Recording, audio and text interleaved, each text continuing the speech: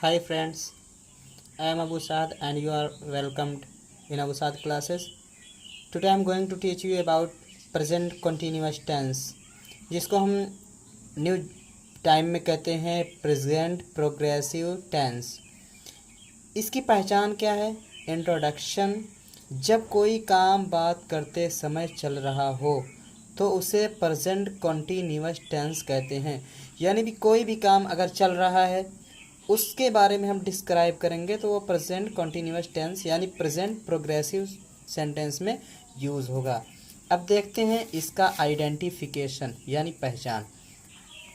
Identification क्या है? जब किसी वाक्य के अंत में रहा है, रही है, रहा हूँ, रहे हैं, आए तो उसे प्रेजेंट कंटिन्यूअस टेंस कहते हैं। कोई भी सेंटेंस है अगर उसके अंत आखिर में रहा है, रही है, रहे हैं, आ रहा है तो समझ लीजिए कि वो प्रेजेंट कंटिन्यूअस टेंस है।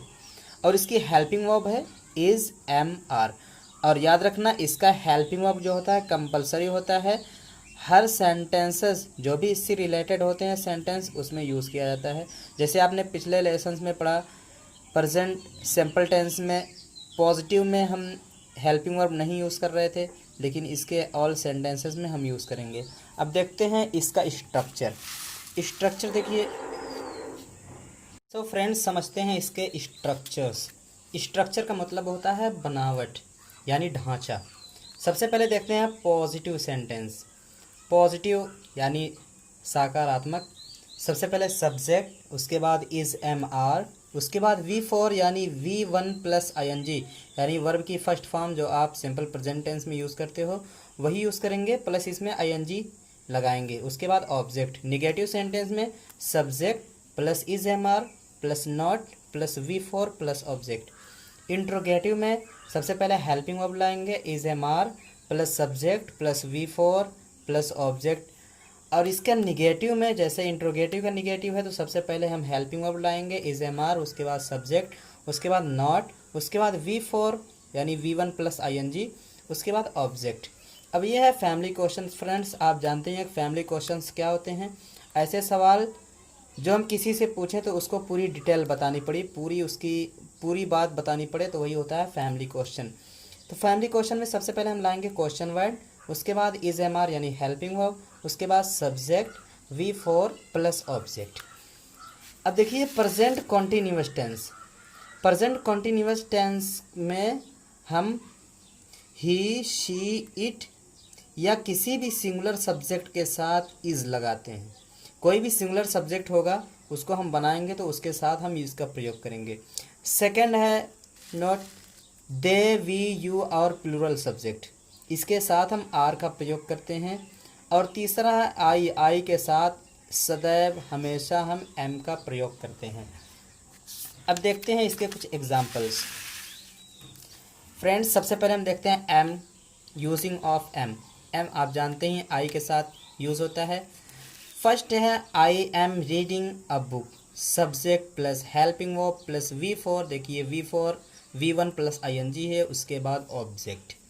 Negative I am not reading a book, subject plus helping verb plus not plus V four plus object. Interrogative में सबसे पहले एम यानी helping verb, subject V four plus object.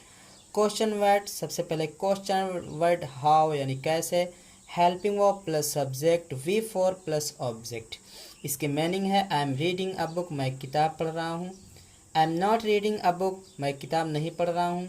M I reading a book, क्या मैं किताब पढ़ रहा हूँ। How I am reading a book, मैं किताब कैसे पढ़ रहा हूँ। अब देखिए सेकेंड यूजिंग ऑफ आर। आप जानते हैं कि आर का प्रयोग हम प्लूरल सब्जेक्ट के साथ करते हैं। तो देखते हैं इसके कुछ एग्जांपल्स। यू प्लूरल में आता है, यहाँ पर आप देख रहे हैं वी, यू, दे और प्लूरल यानी एक से ज़्यादा नाम होगा तो वो प्लूरल में आएगा।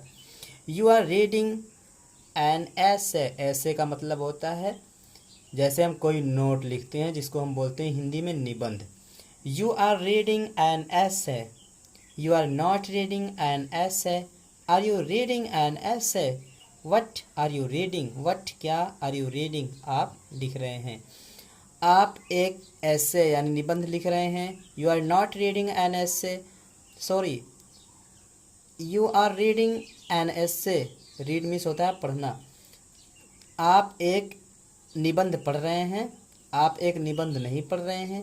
क्या आप एक निबंध पढ़ रहे हैं? आप क्या पढ़ रहे हैं? अब देखते हैं थर्ड एग्जाम्पल इज़।